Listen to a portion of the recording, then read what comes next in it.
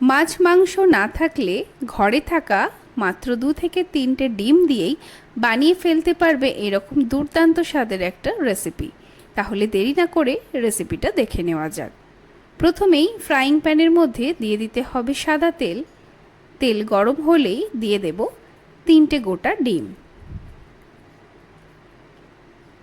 গ্যাসের ফ্লেমটা লোতে রেখেই ডিমগুলোর ভুর্জি বানিয়ে ফেলবো। আর অবশ্যই খেয়াল রাখতে হবে ডিমগুলো যেন সফট থাকে। তো এখানে ভুর্জিটা রেডি হয়ে গেছে। এটাকে নামিয়ে নিয়ে একটা মিক্সিং বোলের মধ্যে নিয়ে নিচ্ছি 2 চামচ কর্নফ্লাওয়ার, 1 চামচ ময়দা, সাথে অ্যাড করে দেব 1/2 চামচ লঙ্কা গুঁড়ো আর সামান্য একটু নুন। অল্প জল মিশিয়ে একটা থিক ব্যাটার বানিয়ে নিতে হবে। এইবার ডিমের ভুর্জিগুলো এই ব্যাটারের মধ্যে ডুবিয়ে গরম তেলের মধ্যে ভেজে নেব। তো এখানে আমি একে একে ডিমের টুকরোগুলো দিয়ে দিচ্ছি। গ্যাসের ফ্লেমটা একেবারে লোতে রেখেই 2 থেকে 3 মিনিট এইভাবে নেড়েচেড়ে নিলেই ওপরে কিন্তু কর্নফ্লাওয়ারের কোটিংটা একদম সুন্দরভাবে তৈরি হয়ে যাবে। তো দেখে বুঝতেই পারছো এটা কিন্তু একদম রেডি হয়ে গেছে। এবার এগুলোকে একটা অন্য পাত্রে তুলে দিচ্ছি। যারা এখনও চ্যানেলটা সাবস্ক্রাইব করোনি তাদের কাছে রিকোয়েস্ট থাকলো চ্যানেলটা সাবস্ক্রাইব করে বেল আইকনটা প্রেস করে দিও, তাহলে আমার চ্যানেলে আসা সমস্ত ভিডিওর নোটিফিকেশন সবার আগে তোমরা পেয়ে যাবে। এইবার এই বাকি তেলের মধ্যে দিয়ে দিলাম 4 থেকে 5টা টুকরো করে কেটে রাখা রসুন, আর দিয়ে দিলাম একটা মিডিয়াম সাইজের পেঁয়াজ আর ক্যাপসিকাম, যেগুলোকে একটু বড় বড় টুকরো করে কেটে নিয়েছিলাম।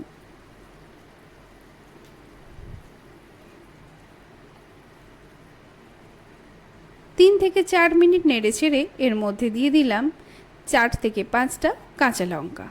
আবারও একটু নেড়েচেড়ে এর মধ্যে এবার অ্যাড করে দেব সামান্য পরিমাণ নুন।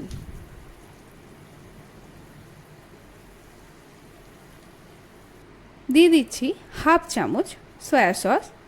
এইবার এই সয়া সস দেওয়ার পরে এগুলোকে আবারও একটু নেড়েচেড়ে দিয়ে দিচ্ছি 1.5 চামচ পরিমাণ রেড চিলি সস।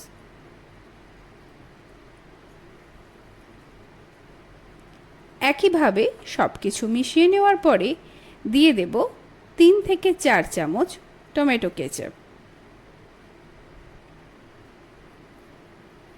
গ্যাসের ফ্লেমটা সামান্য বাড়িয়ে সব কিছু ভালো করে 4-5 মিনিটের জন্য এইভাবে মিশিয়ে নিতে হবে।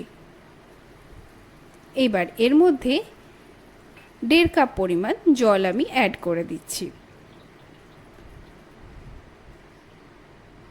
জলের সাথে সব কিছু মিশিয়ে দেওয়ার পরে দিয়ে দিচ্ছি ভেজে রাখা ডিম।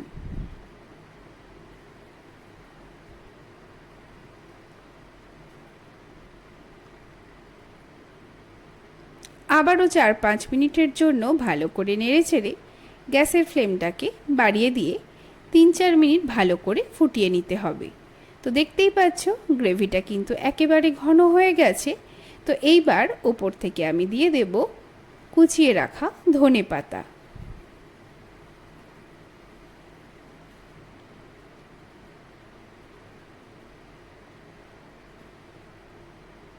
ধনেপাতার জায়গায় কিন্তু তোমরা স্প্রিং অনিয়নের ব্যবহারও করতে পারো। এইবার সব কিছু মিশিয়ে নিলেই একদম রেডি হয়ে যাবে এরকম দুর্দান্ত স্বাদের একটা ডিমের রেসিপি। রেসিপিটা কেমন লাগলো কমেন্ট করে অবশ্যই জানিও। আর ভিডিওটা ভালো লাগলে লাইক করে দিও, শেয়ার করে দিও। দেখা হচ্ছে তোমাদের সাথে পরবর্তী কোনো ভিডিওয়। ততক্ষণ সবাই ভালো থেকো, সুস্থ থাকো, আর রেসিপিটা ট্রাই করে অবশ্যই কিন্তু ফিডব্যাক জানাতে ভুলো না।